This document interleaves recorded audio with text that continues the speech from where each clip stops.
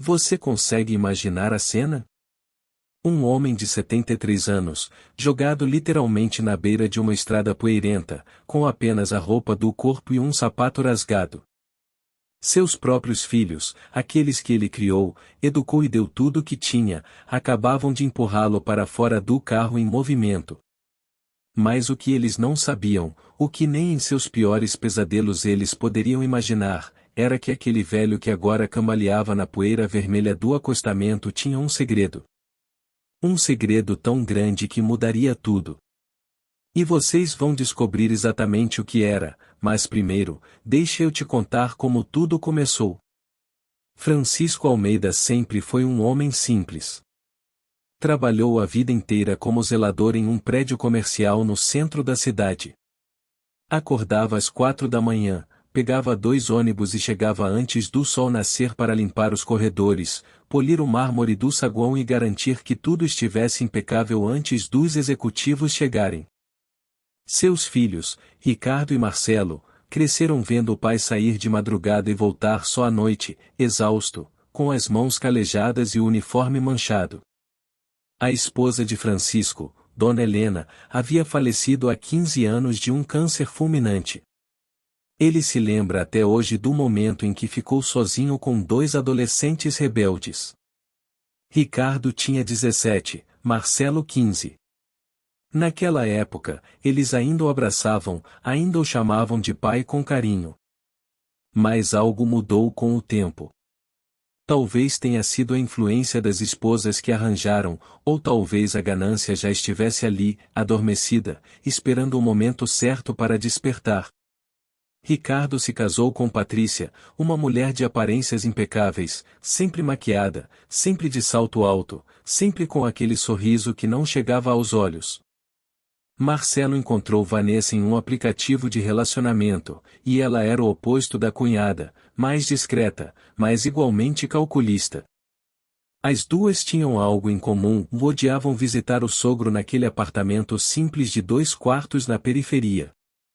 Sabe aquelas famílias que se encontram todo domingo para o almoço?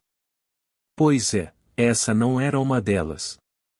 As visitas foram ficando cada vez mais espaçadas. Primeiro, de todo domingo passaram para uma vez por mês. Depois, apenas em aniversários. E então, apenas no Natal, por obrigação. Francisco sentia a mudança, sentia o afastamento, mas sempre que questionava, ouvia desculpas sobre trabalho, compromissos, trânsito.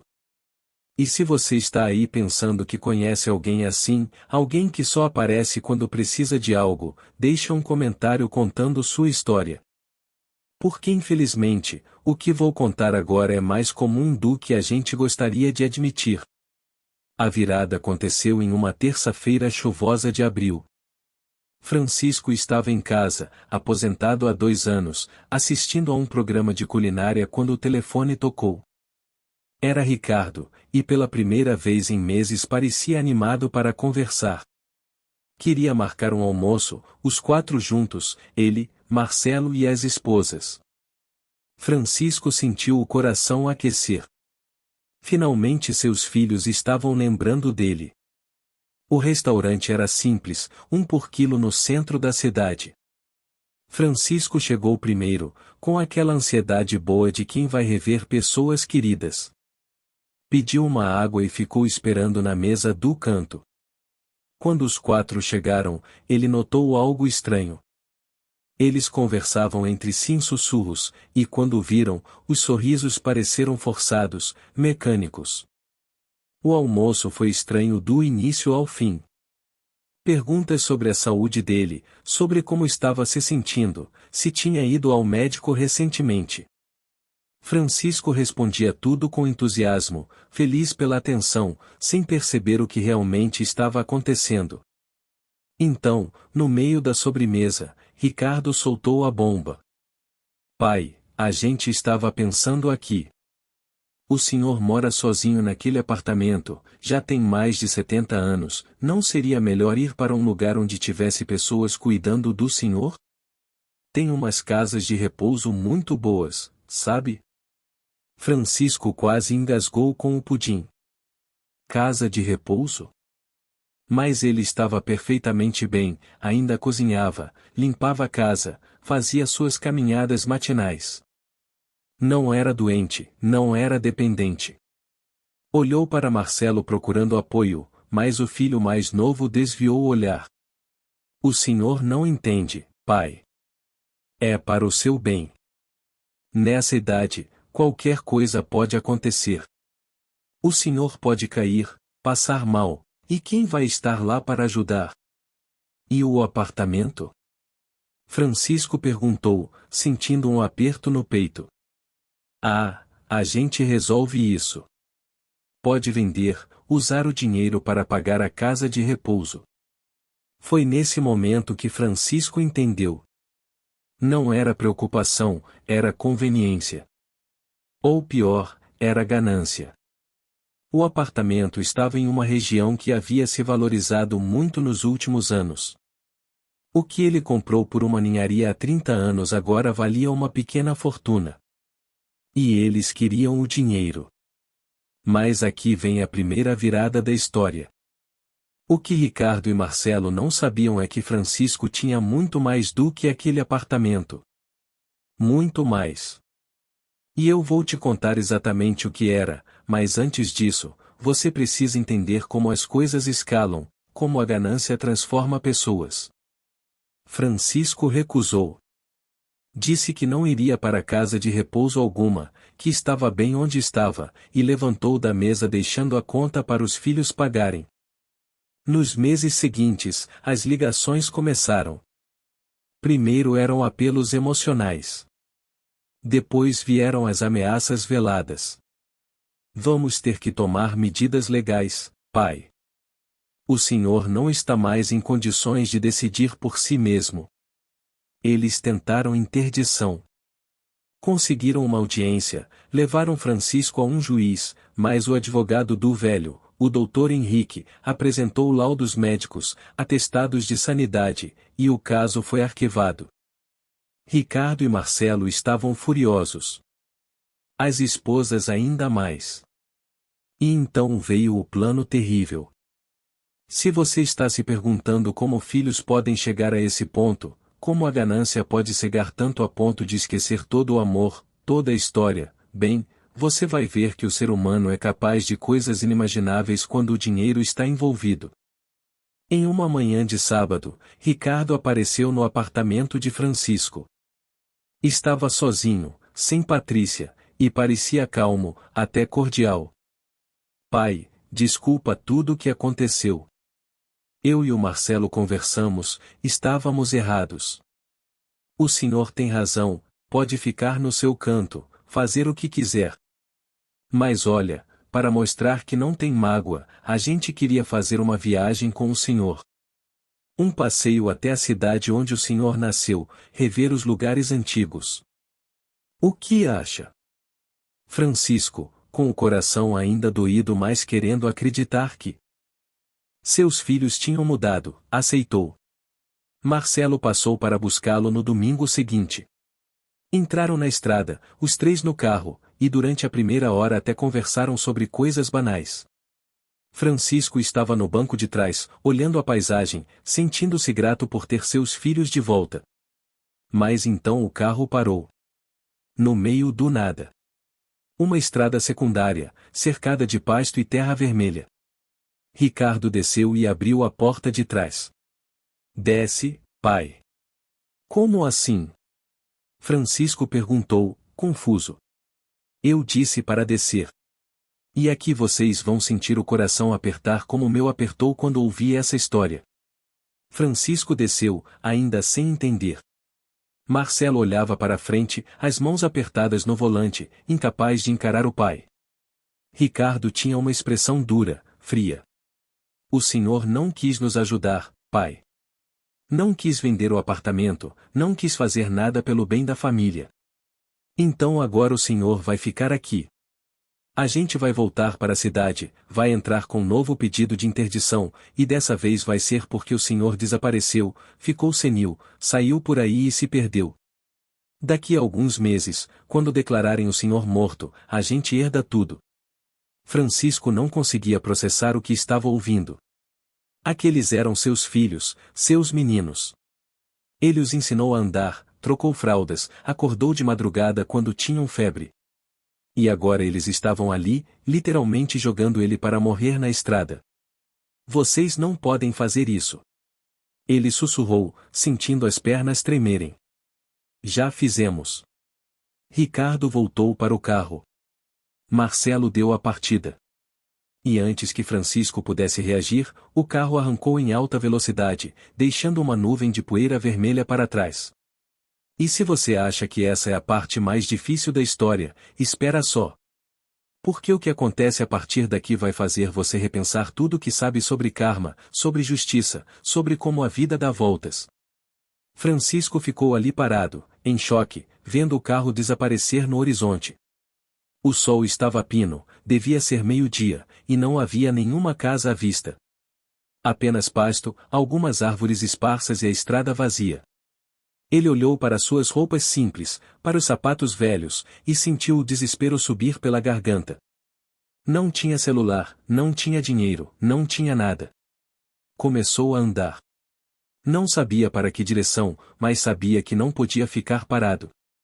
Suas pernas doíam, o sol queimava sua pele, e a cada passo ele sentia o peso da traição esmagar seu peito. Quantas horas ele andou? 3, 4. Perdeu a conta. Até que viu um caminhão parado mais à frente. O motorista, um homem grande com barba grisalha, fumava um cigarro apoiado na carroceria. Quando viu Francisco, percebeu imediatamente que algo estava errado. Tá tudo bem, velho? O senhor parece perdido. Francisco mal conseguiu falar, a garganta seca, os lábios rachados. O homem lhe deu água, ofereceu um lanche, e ouviu a história toda. No final, balançou a cabeça com tristeza. Isso é de cortar o coração. Vou te levar até a cidade mais próxima, tem uma delegacia lá, você pode fazer um boletim de ocorrência. Mas quando chegaram à delegacia, as coisas não foram como esperado. O delegado, um homem cansado de tantos casos absurdos, ouviu a história com ceticismo. Olhou para Francisco com aquela expressão de quem já viu de tudo. O senhor tem alguma prova? Algum documento que comprove que é quem diz ser? Francisco apalpou os bolsos. Nada. Nem identidade, nem CPF. Tudo tinha ficado no apartamento. Então deixe eu ver se entendi. Seus próprios filhos jogaram o senhor na estrada, mas o senhor não tem como provar quem é, não tem testemunhas, não tem nada? Foi exatamente isso que aconteceu. O delegado suspirou. Olha, sem documentos, sem provas, eu não posso fazer muita coisa. Vou registrar sua queixa, mas vai ser difícil. O senhor tem onde ficar? E pela primeira vez, Francisco pensou no doutor Henrique, seu advogado. Se conseguisse chegar até ele, tudo se resolveria. Mas como chegar até a capital sem dinheiro, sem documentos, sem nada? A resposta veio de um lugar inesperado. A secretária da delegacia, uma senhora de seus 50 anos chamada Conceição, ouviu a história toda e se ofereceu para ajudar. Meu primo tem um sítio a caminho da capital. Posso te dar carona até lá, e de lá o senhor arranja outro jeito de chegar. Por que você está fazendo isso? Francisco perguntou, os olhos marejados. Porque um dia alguém fez por mim quando eu precisei. E porque tem gente que ainda acredita em bondade. E se você também acredita que ainda existe gente boa no mundo, deixa um comentário aí embaixo contando sobre alguma vez que alguém te ajudou quando você mais precisava. Porque histórias como a de Conceição restauram a nossa fé na humanidade. A viagem até o sítio levou 3 horas. Conceição conversou o tempo todo, contando sobre sua vida, sobre como havia perdido tudo em um divórcio difícil e como estranhos a ajudaram a recomeçar. Quando chegaram ao sítio, ela ainda deixou algum dinheiro com Francisco, o suficiente para uma passagem de ônibus. No sítio, Francisco conheceu Valdeci, primo de Conceição, um homem de poucas palavras mas de coração imenso. Ofereceu um banho, comida quente, e uma cama para dormir. E foi ali, naquela noite, olhando para o teto de madeira do quarto simples, que Francisco tomou uma decisão. Ele não ia apenas voltar para a capital e denunciar os filhos. Ele ia fazer algo maior. Ia fazer justiça de um jeito que eles nunca esperariam.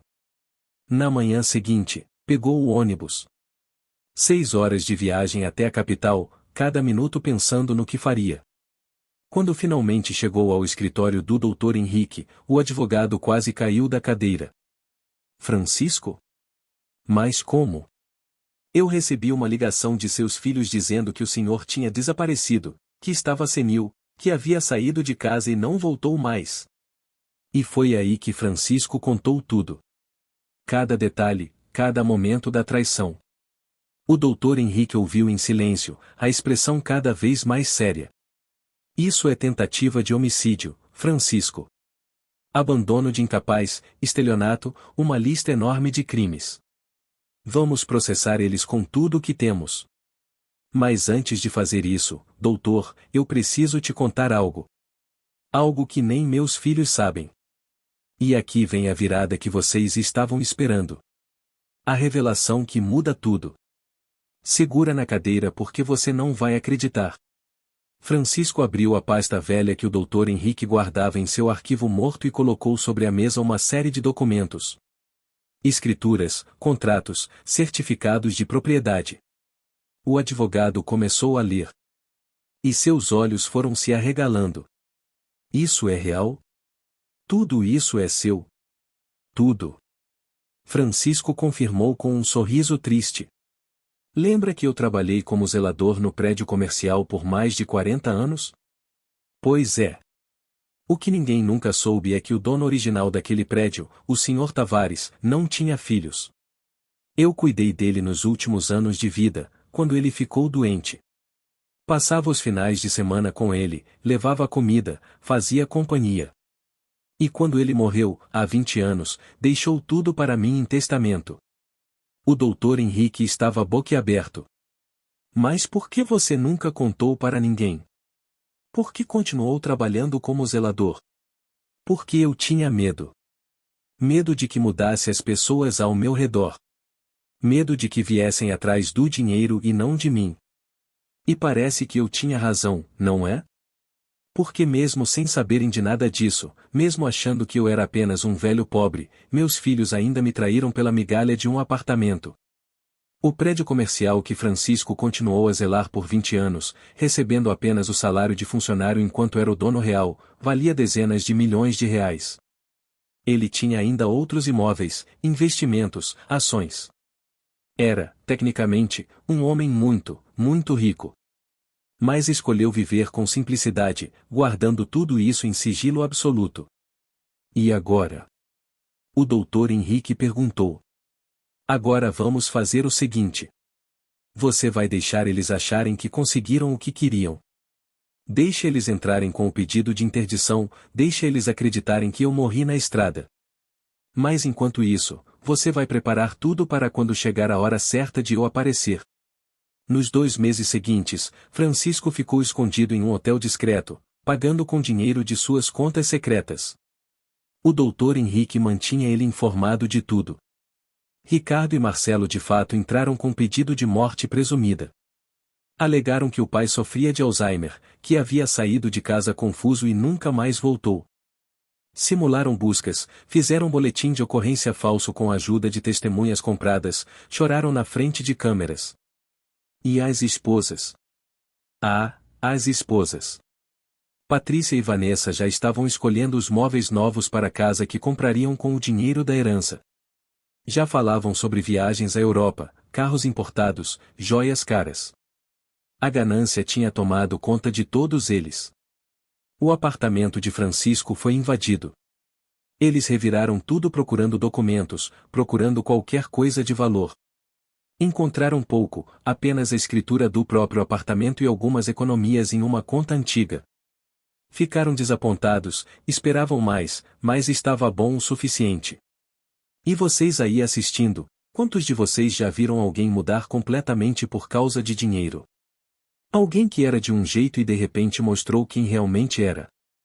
Conta aí nos comentários, porque essas histórias mostram o quanto precisamos tomar cuidado com quem confiamos.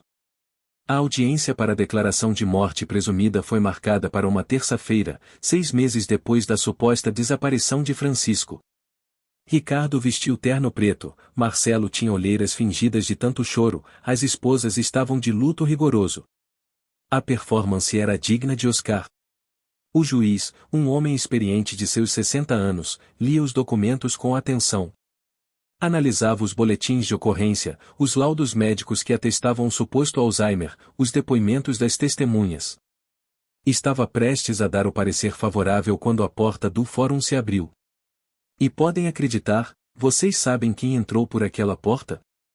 Exatamente. Francisco Almeida, em carne e osso, acompanhado do doutor Henrique e de mais 3 advogados, todos internos impecáveis, carregando pastas volumosas de documentos. Ricardo ficou branco. Marcelo parecia que ia desmaiar. Patrícia soltou um grito abafado. Vanessa apertou a bolsa com tanta força que as juntas dos dedos ficaram brancas. Mas como? Ricardo conseguiu sussurrar. O juiz bateu o martelo pedindo ordem. Senhor Francisco Almeida? O senhor estava desaparecido. Não, meritíssimo. Eu não estava desaparecido. Eu fui abandonado na estrada por meus próprios filhos aqui presentes. Eles me jogaram em uma estrada secundária, no meio do nada, sem documentos, sem dinheiro, sem nada, na esperança de que eu morresse e eles pudessem ficar com minha herança. O burburinho tomou conta da sala. O juiz pediu silêncio novamente. Essas são acusações graves, Sr. Francisco. O senhor tem como provar? Tenho, sim. O doutor Henrique começou a apresentar as provas. Primeiro, o depoimento do caminhoneiro que o encontrou, com data, hora e localização. Depois, o registro da delegacia onde ele deu queixa. Os depoimentos de Conceição e Valdeci. E por fim, a cereja do bolo, as câmeras de segurança de um posto de gasolina que havia na estrada, mostrando o carro de Marcelo parando, Ricardo expulsando Francisco, e eles indo embora em alta velocidade. As imagens não deixavam dúvida alguma. Era tentativa de homicídio, abandono de incapaz, estelionato. Ricardo e Marcelo estavam acabados. Mas meritíssimo, se me permite. Francisco continuou. Eu gostaria de apresentar também outros documentos. Porque o que meus filhos não sabem é que eles não herdariam apenas um apartamento simples. Eles herdariam um império que eu construí em silêncio por mais de 20 anos. E foi aí que Francisco colocou sobre a mesa todas as escrituras, todos os contratos, todas as provas de que era dono de um prédio comercial avaliado em 40 milhões de reais, mais 6 apartamentos de alto padrão em diferentes bairros nobres, mais investimentos em ações e fundos que somavam outros 20 milhões. O juiz precisou de um momento para processar. Os advogados de Ricardo e Marcelo se entreolharam sem saber o que fazer. E os 2 filhos? Eles estavam destruídos. Não pela perda do pai, não pela culpa do que fizeram, mas pela descoberta de que jogaram fora uma fortuna de mais de 60 milhões de reais por pura estupidez. E sabe qual é a parte mais triste de tudo isso? É que se eles tivessem sido apenas bons filhos, se tivessem apenas continuado visitando o pai, sendo presentes, demonstrando amor genuíno, eles teriam herdado tudo naturalmente. Mas a ganância os cegou tanto que destruíram a própria chance de ter o que tanto queriam. O processo foi rápido. Ricardo e Marcelo foram presos em flagrante, responderiam por tentativa de homicídio, abandono de incapaz, estelionato e fraude processual. As penas somadas poderiam chegar a 20 anos de prisão. Patrícia e Vanessa também foram indiciadas como cúmplices, pois havia mensagens de WhatsApp mostrando que elas sabiam e incentivaram o plano. Mas a história não termina aí. Porque o que Francisco fez depois disso foi algo que pouquíssima gente teria coragem de fazer. Algo que mostra o tamanho do coração daquele homem. Ele esperou 6 meses. Deixou os filhos sentirem o peso da prisão, o desespero das primeiras semanas, a realidade dura da cadeia. Eles perderam tudo. As casas foram hipotecadas para pagar os advogados de defesa, os carros foram apreendidos, as contas bancárias bloqueadas. As esposas pediram divórcio assim que viram que não havia mais dinheiro envolvido. E então, em uma manhã fria de inverno, Francisco apareceu na prisão. Pediu para falar com Ricardo e Marcelo separadamente. Primeiro foi Ricardo. Quando o filho entrou na sala de visitas e viu o pai ali, sentado com aquela expressão serena, ele desabou.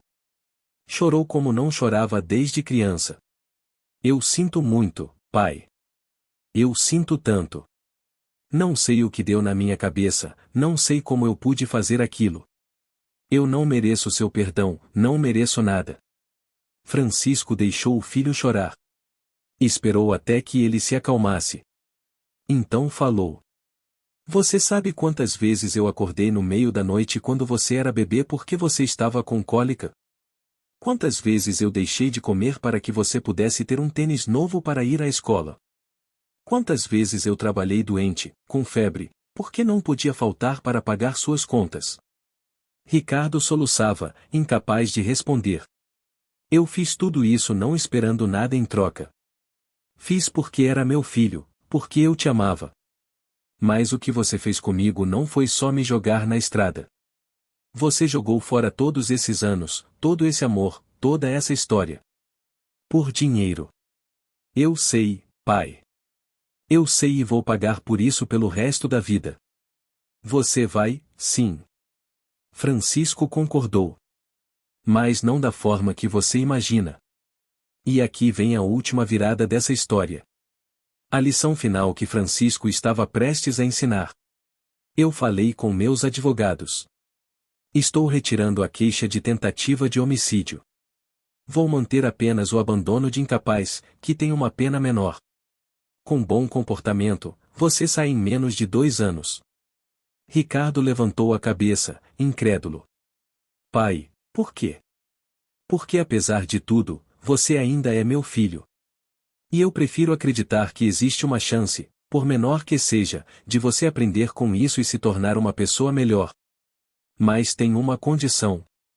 Qualquer uma, pai. Qualquer uma. Quando você sair, vai trabalhar. Vai trabalhar como eu trabalhei a vida inteira. Vai começar de baixo, vai suar, vai sentir as mãos calejarem. Vai aprender o valor das coisas. E se depois de 5 anos você provar que mudou de verdade, que se tornou um homem de caráter, eu divido minha herança com você e seu irmão. Mas se você voltar a dar um passo em falso, se demonstrar um único sinal de ganância ou desonestidade, você não vê um centavo. Está claro? Está, pai. Está claro. A mesma conversa aconteceu com Marcelo. A mesma proposta, a mesma condição. E os dois aceitaram, não porque queriam o dinheiro no final, mas porque pela primeira vez em anos entenderam o que tinham perdido. Não era a herança de 60 milhões. Era o pai. Francisco saiu da prisão naquele dia com o coração apertado, mas com a consciência tranquila. Ele sabia que talvez estivesse sendo ingênuo, que talvez os filhos voltassem a decepcioná-lo. Mas também sabia que tinha dado a eles uma última chance, e isso era mais do que eles mereciam. E enquanto ele caminhava pelas ruas da capital, pensando em tudo o que havia acontecido, ele percebeu algo. Percebeu que o dinheiro, aquela fortuna toda que ele havia construído em silêncio, não tinha valor nenhum sem pessoas para compartilhar.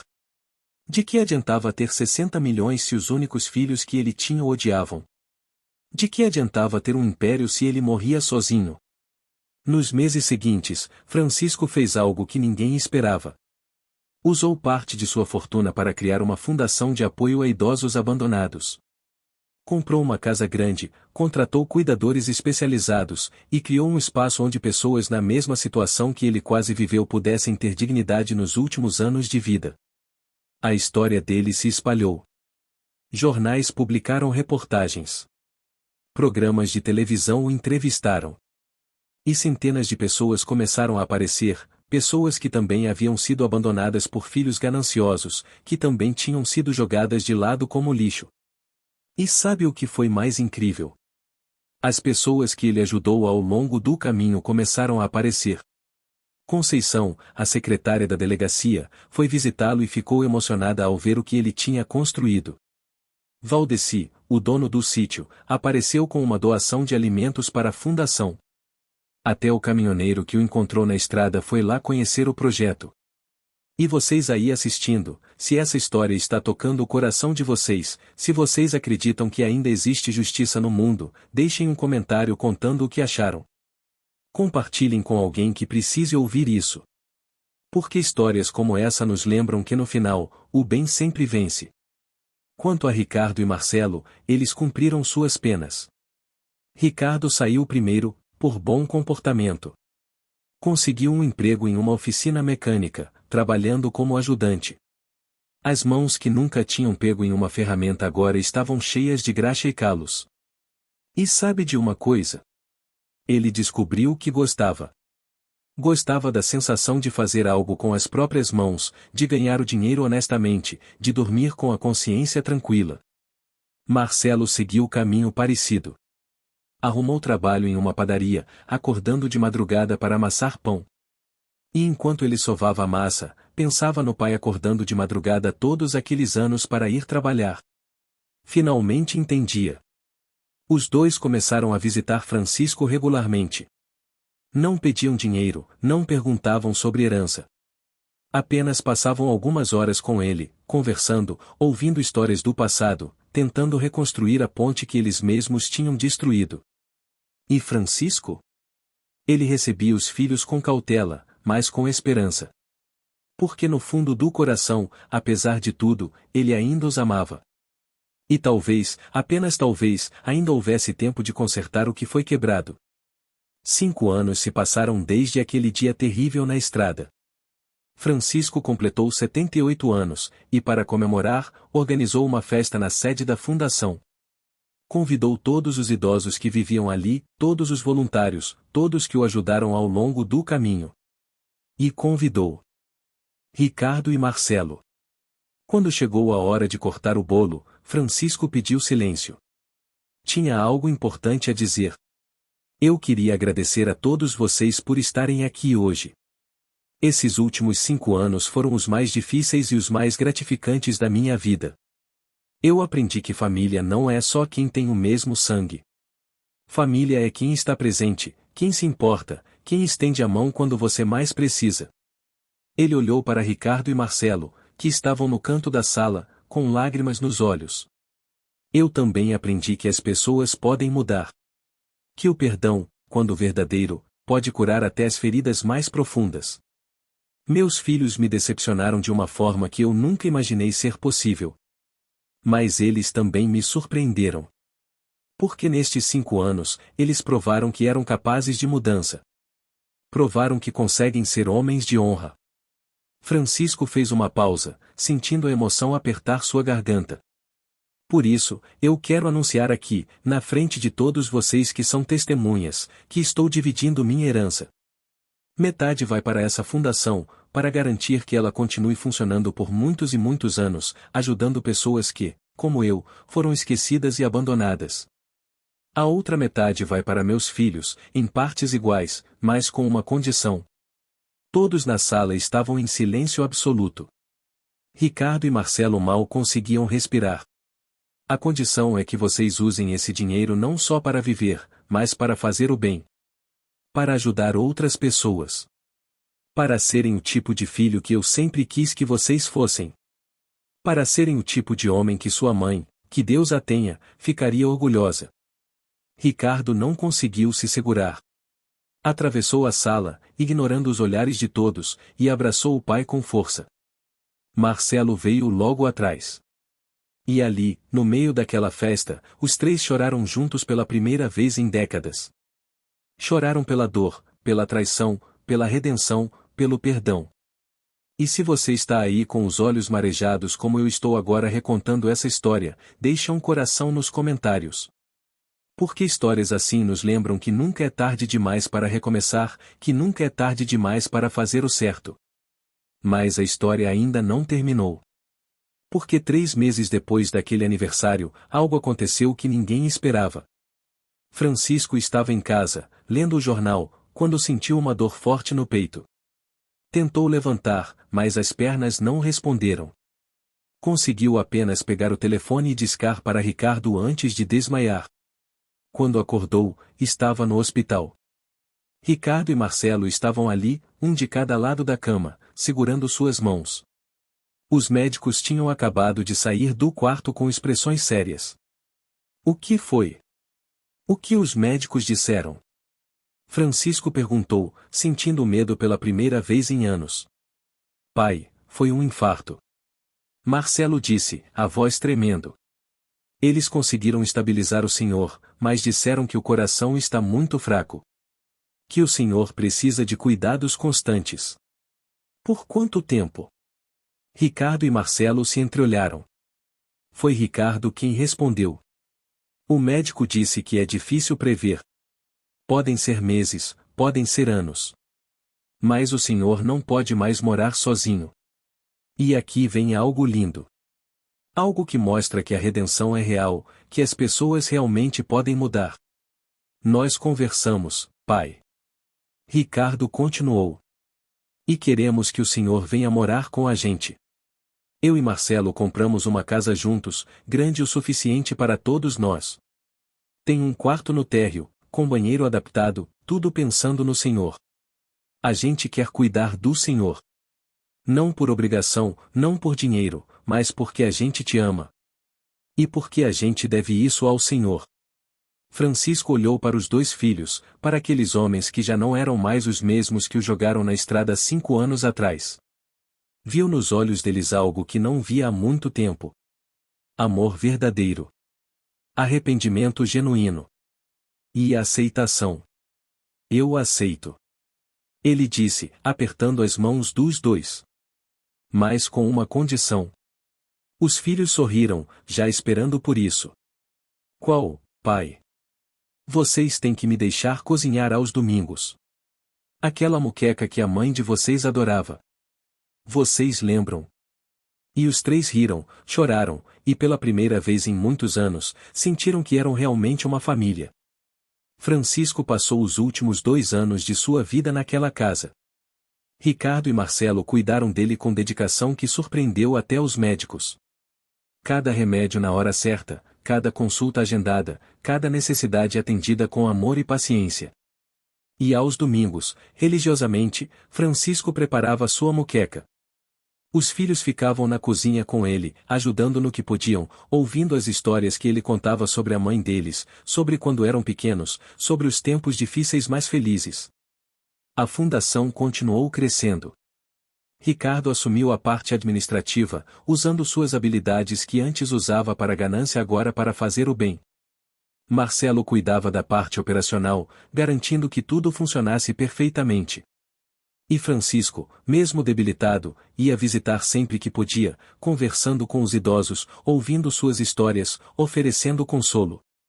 Numa manhã de primavera, com o sol entrando pela janela do quarto, Francisco acordou sentindo algo diferente. Uma paz profunda, uma sensação de que tudo estava completo. Chamou os filhos, que dormiram na sala para estar perto caso ele precisasse de algo durante a noite. Quando Ricardo e Marcelo entraram no quarto, viram o pai sorrindo. Obrigado. Francisco disse, com voz fraca mais clara. Obrigado por me darem essa última chance de ser pai de vocês. Obrigado por terem mudado. Obrigado por terem me mostrado que o amor vale mais do que qualquer dinheiro no mundo. Pai, não fala assim. Você vai ficar bem. Marcelo disse, embora soubesse que não era verdade. Eu já estou bem, meu filho. Melhor do que estive em muito tempo. Eu vou encontrar sua mãe agora. E vou poder olhar nos olhos dela e dizer que nossos meninos se tornaram homens de verdade. E com essas palavras, Francisco fechou os olhos pela última vez, com um sorriso no rosto e as mãos dos filhos nas suas. O funeral foi imenso. Centenas de pessoas compareceram. Todos os idosos da fundação, todos os voluntários, todos que tinham sido tocados pela história de Francisco. Conceição estava lá, Valdeci também, e até o caminhoneiro que o encontrou naquela estrada há 7 anos atrás. Ricardo e Marcelo não deixaram de chorar um segundo sequer. Mas não era só tristeza. Era gratidão. Gratidão por terem tido a chance de consertar o que quebraram. Gratidão pelo perdão que não mereciam mais receberam. Gratidão por terem aprendido a lição mais importante de suas vidas, em que família, amor e caráter valem infinitamente mais do que qualquer fortuna. E no testamento final, Francisco deixou uma carta para cada filho. Cartas que eles só abriram uma semana depois, quando conseguiram força emocional para ler. A carta de Ricardo dizia assim: "E meu filho, se você está lendo isso, é porque eu já parti. Quero que você saiba que eu perdoei você completamente. Não guardo mágoa, não guardo rancor. Você cometeu um erro terrível, mas teve a coragem de admitir, de mudar, de ser melhor. Isso é mais raro do que você imagina. Use o dinheiro que estou deixando não para comprar coisas, mas para comprar experiências. Viaje, conheça o mundo, mas sempre com humildade. E se um dia você tiver filhos, ensine a eles que o verdadeiro valor de uma pessoa não está no que ela tem, mas no que ela faz pelos outros. Te amo, meu filho. Sempre amei. Seu pai, Francisco." A carta de Marcelo era parecida, mas com uma frase adicional no final: "Vi obrigado por ter sido forte o suficiente para mudar mesmo quando parecia impossível. Você me deu esperança na humanidade." Os anos passaram. Ricardo se casou novamente, dessa vez com uma professora de escola pública que conheceu fazendo trabalho voluntário na fundação. Tiveram 2 filhos, e Ricardo fazia questão de contar para eles toda a história. Não escondia o que tinha feito, não fingia que tinha sido sempre um homem bom. Usava sua própria história como lição. Marcelo também refez sua vida. Não se casou novamente, mas dedicou-se completamente à fundação. Transformou aquilo em sua missão de vida, expandindo para outras cidades, ajudando milhares de idosos abandonados. E a Fundação Francisco Almeida se tornou referência nacional. Políticos visitavam para conhecer o modelo. Empresários doavam recursos. E cada idoso que entrava ali ouvia a história de Francisco, do homem que foi jogado na estrada pelos próprios filhos, mas que escolheu o perdão em vez da vingança. 10 anos depois da morte de Francisco, Ricardo e Marcelo estavam sentados no banco de uma praça, em frente ao prédio comercial que havia sido do pai. Aquele prédio que representava a fortuna escondida, o segredo que mudou tudo. "Você acredita que a gente fez aquilo?" Marcelo perguntou, olhando para o prédio. "Às vezes eu acordo no meio da noite e ainda não acredito. Como a gente pôde ser tão cego? Tão idiota? A ganância faz isso com as pessoas. Transforma a gente em monstros." Ricardo concordou com a cabeça. "Mas sabe o que é engraçado? Se tudo aquilo não tivesse acontecido, se a gente não tivesse cometido aquele erro terrível, a gente provavelmente teria herdado tudo e continuado sendo as mesmas pessoas horríveis. A gente nunca teria aprendido. Nunca teria mudado." "É verdade." Marcelo sorriu tristemente. "O pai nos deu a maior lição das nossas vidas jogando a gente no fundo do poço. E então nos resgatou quando viu que tínhamos realmente mudado. E vocês aí que acompanharam essa história toda, o que vocês fariam no lugar de Francisco? Conseguiriam perdoar? Conseguiriam dar uma segunda chance para quem te traiu da pior forma possível? Deixem nos comentários, porque essas reflexões nos ajudam a entender melhor nós mesmos. A história de Francisco Almeida se tornou lenda na cidade. Virou livro, virou documentário, virou até tema de redação em escolas. E a lição que ela ensinou ecoou por gerações. A lição de que dinheiro sem caráter é veneno. De que família não se mede pelo sangue, mas pela presença. De que nunca é tarde demais para mudar, mas também nunca é cedo demais para fazer o certo. De que perdão não é fraqueza, é a maior demonstração de força que existe. E de que no final, absolutamente no final, o que fica não é o que você acumulou, mas o que você fez com o que tinha. Francisco morreu com 60 milhões de reais em bens, mas não foi isso que o definiu. Ele foi definido pela bondade com estranhos, pela capacidade de perdoar o imperdoável, pela sabedoria de ensinar através do exemplo, e pelo amor incondicional que demonstrou mesmo quando foi traído da pior forma. E seus filhos, Ricardo e Marcelo, que começaram essa história como vilões, como exemplos de tudo o que há de pior no ser humano, terminaram como homens honorados, como guardiões de um legado que ia muito além do dinheiro. Eles se tornaram aquilo que o pai sempre sonhou que fossem, pessoas de bem. Hoje, se você passar em frente à Fundação Francisco Almeida, vai ver uma placa de bronze na entrada. Nela está escrito: "E não há fortuna maior do que ter tempo para consertar seus erros e um coração disposto a perdoar."